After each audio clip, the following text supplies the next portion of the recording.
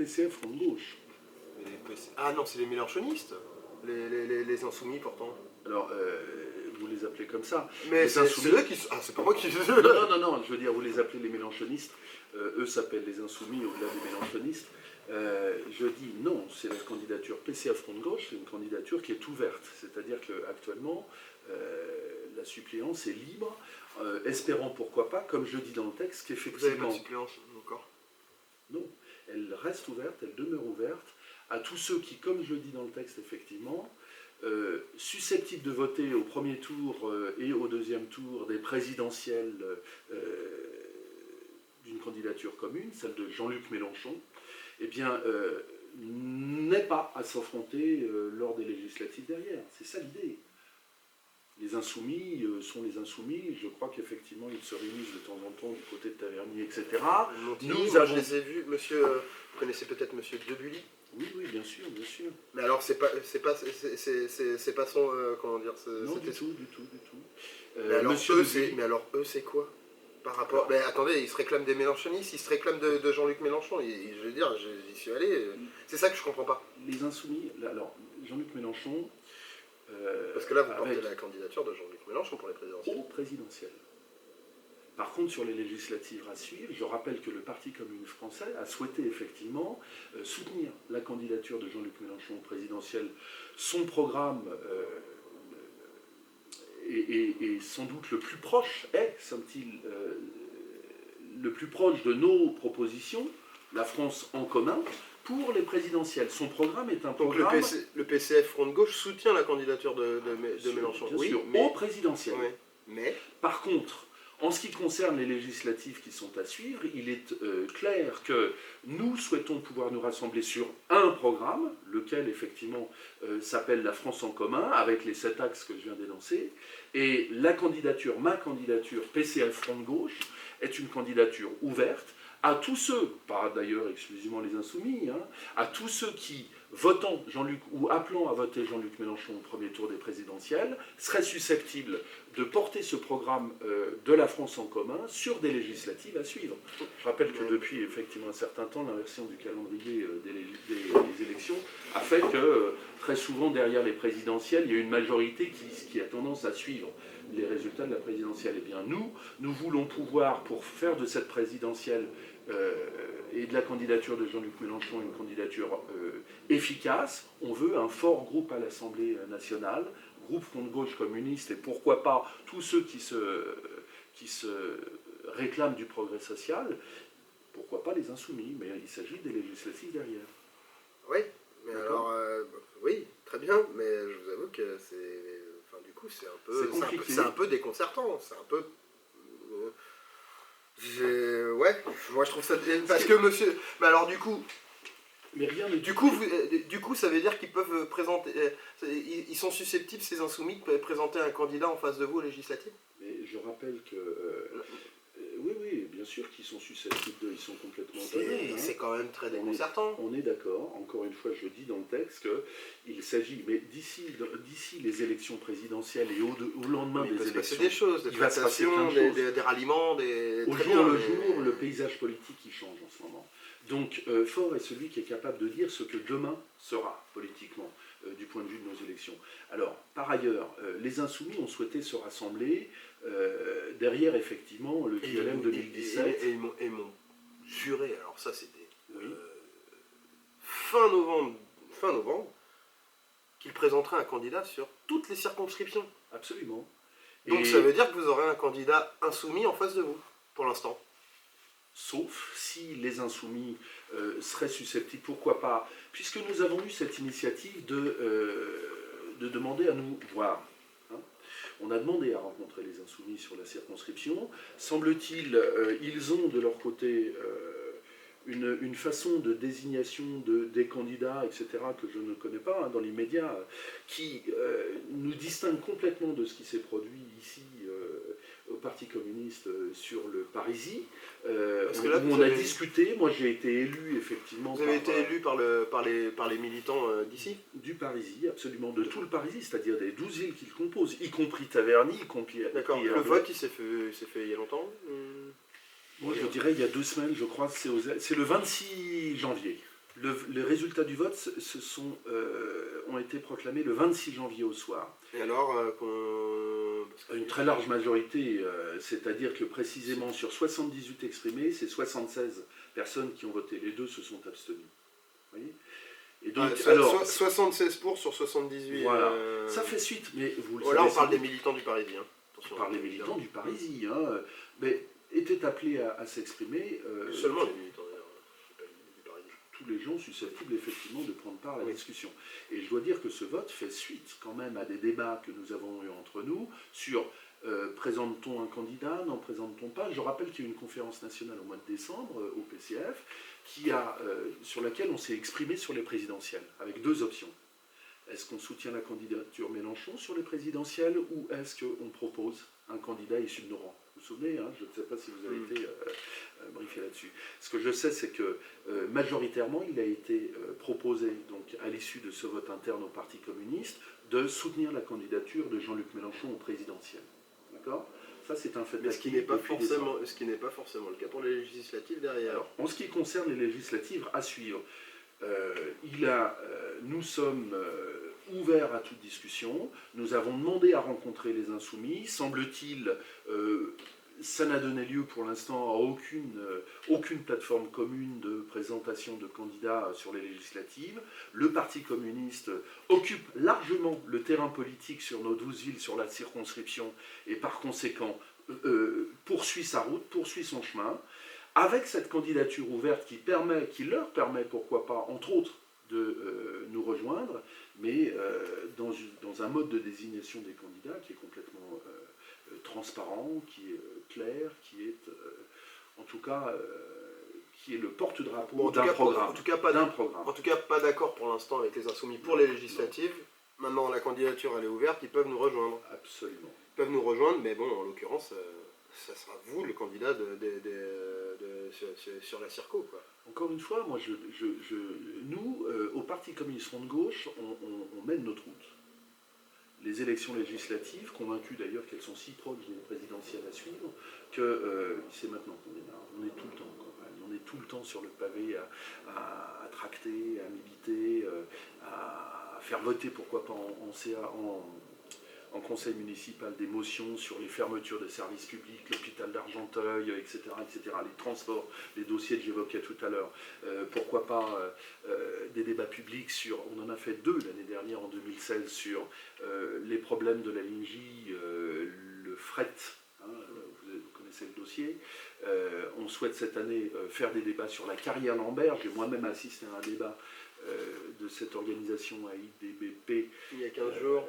Il y a 15 jours, où il est clair que d'être dans la salle suffisait à constater effectivement la façon, l'absence des débats, le fait que les gens prennent ça à cœur, c'est normal, c'est leur bien, ils se posent la question de savoir ce qui va se passer sous leurs pieds, etc. Après, c'était courageux de la part de Placo de venir aussi. J'en suis entièrement convaincu. On est tous convaincus que les 3 salariés de chez Placo étaient là très vraisemblablement sur insistance de leur grand patron. C'est évident. Je veux dire que ces gens-là sont là pour, d'abord, pour expliquer la position de Placo et nullement pour se faire insulter. Ce sont des salariés comme vous et moi de n'importe quelle entreprise. Qui a priori était un peu tendu au départ. J'ai d'ailleurs pris la parole pour dire que je souhaitais pouvoir repartir de cette assemblée avec des éléments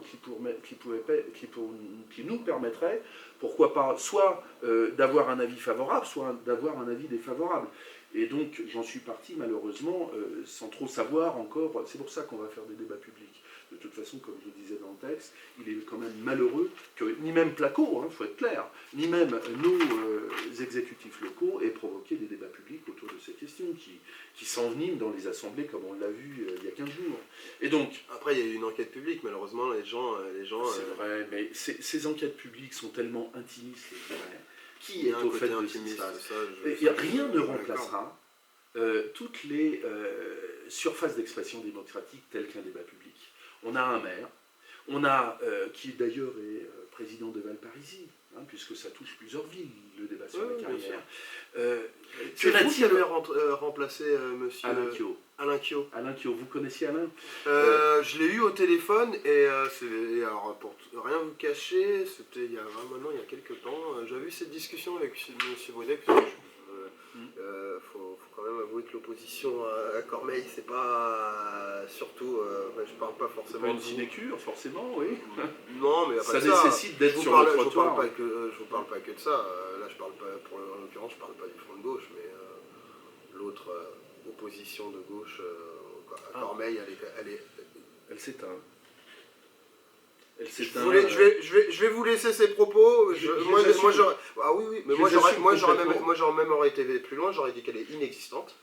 Soyons clairs, elle est fantomatique, inexistante. Alors, à mon tour de vous laisser vos propos, moi j'ai vécu sur... Pourquoi je dis elle s'éteint? Elle se réveille seulement pour les élections, au passage. Pourquoi je dis elle s'éteint? Pour deux fortes raisons. J'ai vécu... Nous étions avec Alain Kyo municipal de 2008 sur la même liste, avec nos amis socialistes de l'époque. On avait, donc Alain Kyo avait été élu sur cette liste comme étant notre représentant PCF Front de Gauche au conseil municipal. En 2014, municipal à suivre, nous avons souhaité, compte tenu de la politique que nous vivions du quinquennat depuis 2012, nous avons souhaité faire liste à part. Et je dis, cette opposition-là s'éteint dans le sens où de 7, nous avons vu la disparition de 5 de leurs conseillers municipaux, 2, alors que nous conservions notre conseiller municipal, à l'époque Alain Kyo, et depuis septembre, moi-même. Oui, c'est ça, vous êtes conseiller municipal. À la suite d'Alain Kyo, depuis septembre. Alors Alain s'étant exilé un peu dans l'Oise pour des raisons qui lui appartiennent. Depuis septembre, vous avez depuis septembre, voilà. Depuis septembre, enfin, alors je ne saurais dire si c'est septembre ou juin. Le dernier conseil municipal d'Alain, c'est juin 2016, et donc j'ai pris la suite en septembre 2007, premier conseil municipal. Et je dois dire que, alors vous dites qu'il est inexistant, c'est vrai que la deuxième forte raison, c'est que la vie politique, et là je parle même, pourquoi pas, y compris sur tout le territoire de la circonscription, c'est nous qui l'animons. Toutes ces bagarres sur, je le disais, le fret, la carrière, les services publics, dont la trésorerie qui va encore disparaître, qui est amenée à disparaître sur la ville. On a connu la disparition du centre de sécurité sociale sur Cormeilles. Enfin, comment dirais-je, la disparition de certains services de la clinique cormeillaise, notamment la maternité, des choses comme ça. Après, c'est une clinique privée, ça. On est d'accord, sauf qu'on peut avoir un exécutif local qui, soit par des motions dans les conseils municipaux, soit par des bagarres, simplement des bagarres politiques, pourrait faire en sorte que tout ça reste sur le territoire de la circonscription.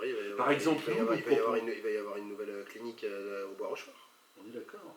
Mais avec une maison médicale à côté. Bien sûr, c'est de l'ambulatoire. C'est-à-dire que vous êtes dans une ville... Oui, mais ça, c'est le chemin que prend la France en général. On est d'accord, sauf qu'on a le droit de batailler contre. Ah, vous êtes sur une ville où il y a énormément de maisons de retraite, de gens qui ont passé un certain âge, qui sont plutôt sur le 3e, 4e âge. Hein, c'est une ville, même si les Bois-Rochefort amènent une population nouvelle, vous êtes dans une ville où il y a beaucoup d'anciens. Et nous étions sur le marché à distribuer nos tracts un samedi midi, lorsque ces anciens-là nous ont exprimé vivement leur regret. Parce que quand ils sont opérés, quand ils ont une intervention, ils préfèrent rester une nuit à l'hôpital et non pas rentrer chez eux. Souvent parce qu'ils sont seuls. Souvent parce qu'il y a nécessité effectivement d'assurer un suivi médicalisé, au moins durant les 24 heures qui suivent. Or, il est clair qu'on s'oriente vers de la médecine jackpot, je dirais, qui rapporte, et non de la médecine qui fait, je dirais... Mais ça, c'est malheureusement un mouvement national. C'est-à-dire que, et là je l'entends parfaitement, je veux dire, c'est normal de s'opposer à ça et de se dire qu'à tirer la sonnette d'alarme. Après, je pense que, on va dire que les intérêts de Cormeilles, c'était quand même de conserver une clinique sur son territoire. Vaut mieux avoir une clinique en ambulatoire que rien du tout, c'est que mon avis. Je dirais que les intérêts de Cormeilles, c'est de garder de la médecine. Oui. De la médecine pour tous. Vous avez aussi, depuis cet été, la Fondation Thibaut Chapon aussi qui a ouvert ça. Oui, non mais encore une fois... Ça a l'air de bien marcher ça d'ailleurs au passage. Oui, pourquoi pas, mais encore une fois, est-ce que cette médecine demeure accessible à tous? En l'état, malheureusement, non. Et il est clair que le fait de devoir se déplacer, par exemple, je pense au service qui existait sur la clinique qui accompagnait les femmes enceintes, etc., tout le service de maternité qui a déménagé sur Armand, pour des raisons qui sont purement comptables, de la part du groupe... Capio, ah oui, oui. Voilà, et bien ça fait que malheureusement, cette médecine-là n'est pas nécessairement accessible à tous.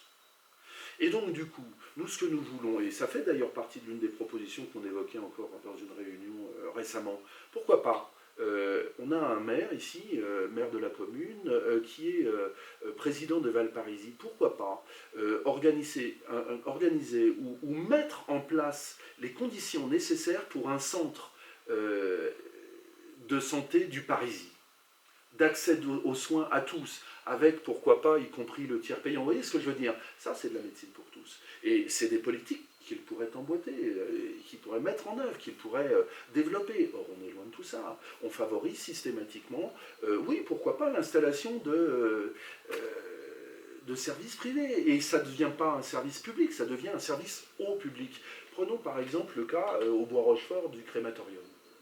Vous savez que, je crois que c'est 2018, doit ouvrir un crématorium, ils sont en fin 2018. Tout à fait. Hein, c'est le groupe Généris qui a été désigné pour gérer le crématorium, pour le construire, pour le gérer, etc. Et je vous avoue, je ne veux pas saisir ce qui se trame derrière. Parce que... Eh ben, ce qui se trame derrière, c'est tout simple. Quand on sait effectivement la cherté du coup, effectivement, d'une fin de vie, hein, et notamment, bon, on voit tout de suite ce que ça veut dire derrière. Ça veut dire que tous les services qui accompagnent effectivement le décès d'une personne sont excessivement chers. Regardez les tarifs des inhumations, des crémations, etc. Ça n'est pas accessible à tout le monde. Donc, oui, mais alors quel rapport avec le groupe Généris